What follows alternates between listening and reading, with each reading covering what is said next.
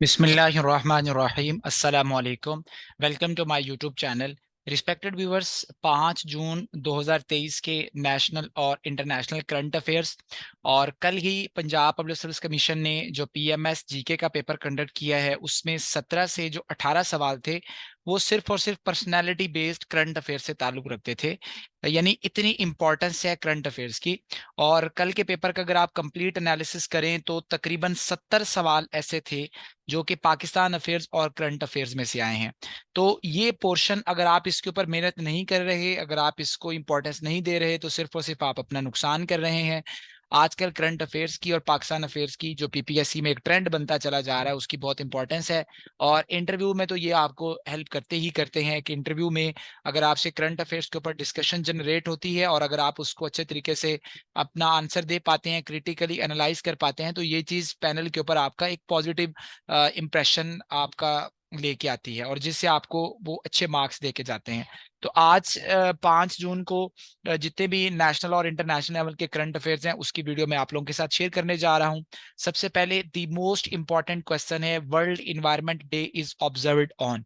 यही question empty में देखने में आया, यही क्वेश्चन जीके के पेपर में पीएमएस में देखने में आया और अक्सर पेपर में ये क्वेश्चन आता है। वर्ल्ड इन्वायरमेंट डे हर साल 5 जून को मनाया जाता है। एक बात याद रखें, जब भी आप करंट अफेयर की तैयारी करने के लिए बैठे हैं या जब भी आप पीपीएससी एफपीएससी या इस किस्म के कंपेटिटिव एग्जाम्स की तैयारी करने बैठे हैं तो उसमें आपने इन्वायरमेंट से रिलेटेड जितनी भी स्टडीज हैं उनको सबसे ज्यादा इंपॉर्टेंस देनी है। ग्लोबल वार्मिंग से रिलेटेड जितनी चीजें आपने उनको इन्वायरमेंट देनी है।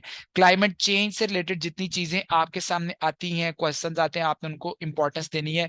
क्योंकि आजकल ये एक बहुत ही करंट इशू है, बहुत ही हॉट इशू है जो कि अक्सर पेपर्स में पूछा जाता है। Theme of world environment day 2023, 2023 का जो वर्ल्ड इन्वायरमेंट डे है उसका थीम क्या है?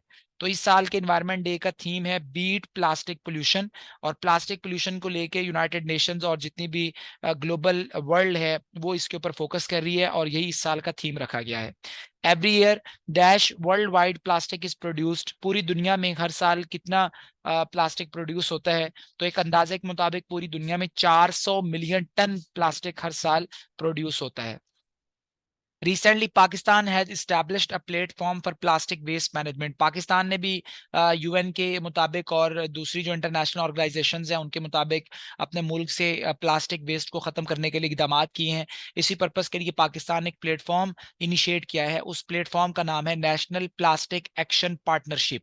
इस प्रोग्राम के तहत, इस प्रोग्राम का मकसद ये है कि पाकिस्तान में जो प्लास्टिक वेस्ट मैनेजमेंट है उसके ऊपर काम किया जाएगा। इस सिलसिले में इस्लामाबाद के अंदर एक प्लास्टिक रोड भी बनाई गई थी जो कि प्लास्टिक वेस्ट का अच्छी तरीके से यूज करने के लिए एक कोशिश थी।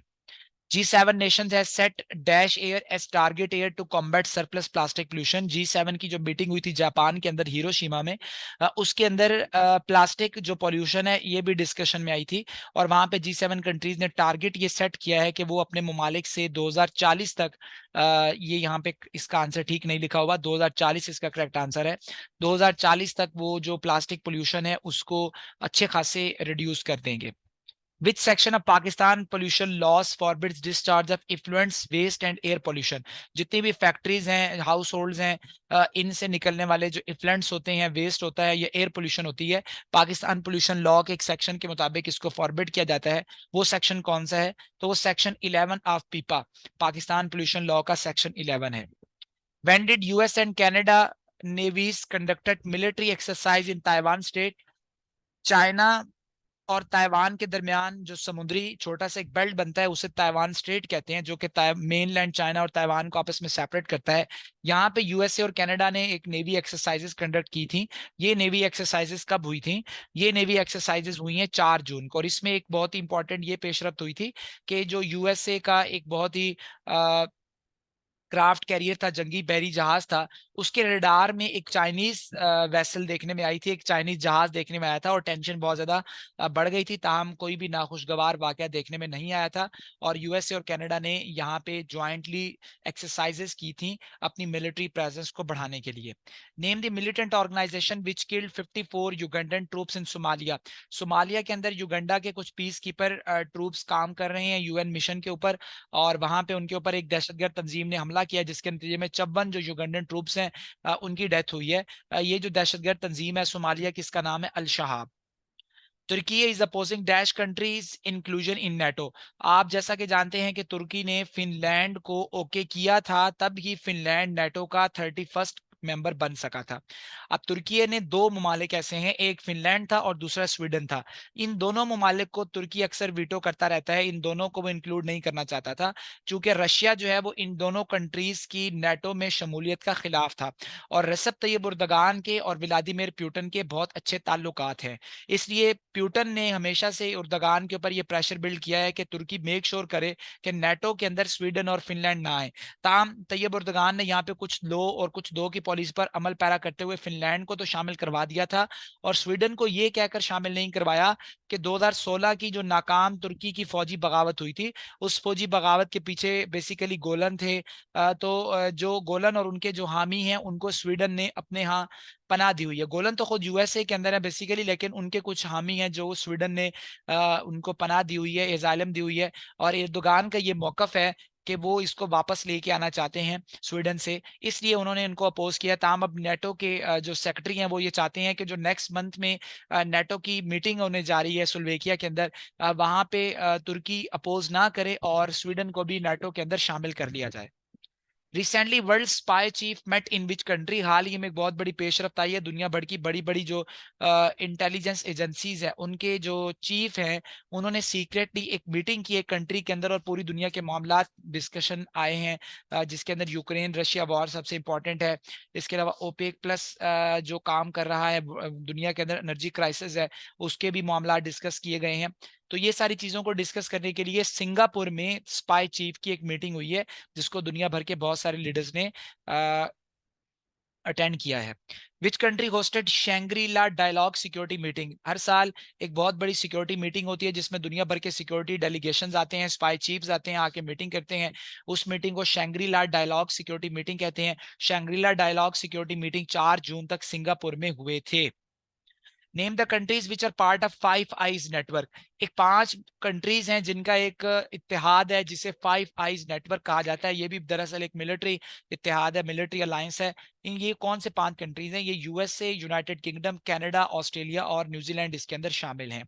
Who will be the next prime minister of Thailand. Thailand की अगली प्राइम मिनिस्टर कौन बनने जा रही हैं? तो थाईलैंड की जो अगली प्राइम मिनिस्टर है उनका नाम है पैतोन, अजीब सा नाम है इनका, पायतोंग तर्न शीनावात्रा। ये नेक्स्ट प्राइम मिनिस्टर बनने जा रही हैं थाईलैंड की। और ये पर्सनालिटी बेस्ड क्वेश्चन में आ जाता है। पर्सनालिटी बेस्ड पीएमएस के अंदर भी काफी क्वेश्चंस पूछे गए थे, जैसे वहां पे ब्राजील के प्रेसिडेंट के मुतालिक पूछा गया था, किंगडम ऑफ सऊदी अरेबिया के प्राइम मिनिस्टर के मुतालिक पूछा गया था, यूएसए के सेकंड प्रेसिडेंट के मुतालिक पूछा गया था, पाकिस्तान के सेकंड प्राइम मिनिस्टर के मुतालिक, गवर्नर जनरल के मुतालिक पूछा गया था। तो पर्सनालिटी बेस्ड क्वेश्चनिंग होती है, इसके ऊपर आपने नजर रखनी होती है। The elections in Kuwait will held on. आप जानते ही होंगे शायद कि कुवैत एक ऐसा अरब मुल्क है जहां पे जमहूरियत है, और यानी जमहूरियत तो नहीं कह सकते आप, सो कॉल्ड जमहूरियत है।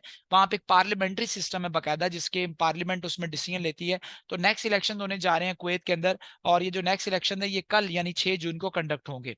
Name the crown family of Kuwait. Kuwait का जो शाही खानदान है वो कौन सा है? तो अल सबा फैमिली ये क्राउन फैमिली है कुवैत की। हु इज द करंट अमीर ऑफ कुवैत। कुवैत के मौजूदा अमीर कौन से हैं?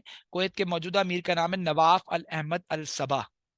When did Kuwait adopted parliamentary system. तो कुवैत जो कि एक ऑयल रिच कंट्री है, और इसमें इराक कुवैत वॉर भी हुई थी, और इसने पार्लियामेंट्री सिस्टम कब अडॉप्ट किया था? तो कुवैत ने पार्लियामेंट्री सिस्टम अडॉप्ट किया था 1962 के अंदर। USA is trying to make NATO like alliance in which region. USA दुनिया के एक और रीजन में नेटो की तर्ज का एक फौजी इत्तेहाद बनाने जा रहा है, और इस फौजी इत्तेहाद की उनकी नजर है कि एशिया पैसिफिक के कंट्रीज को मिला के एक फौजी इत्तेहाद बनाया जाए टू काउंटर चाइना। बेसिकली सारी गेम जो है वो साउथ चाइना सी की है। साउथ चाइना सी में चाइना अपना असर रसूख बढ़ाना चाहता है, जबकि यूएसए अपना असर रसूख बढ़ाना चाहता है। इससे पहले भी यूएसए ने इसको काउंटर करने के लिए यहाँ पे एक मिलिट्री इत्तेहाद बनाया था ऑकस। ऑकस के अंदर एक ऑस्ट्रेलिया शामिल है, दूसरा इसके अंदर यूके शामिल है और तीसरा इसके अंदर यूएसए शामिल है।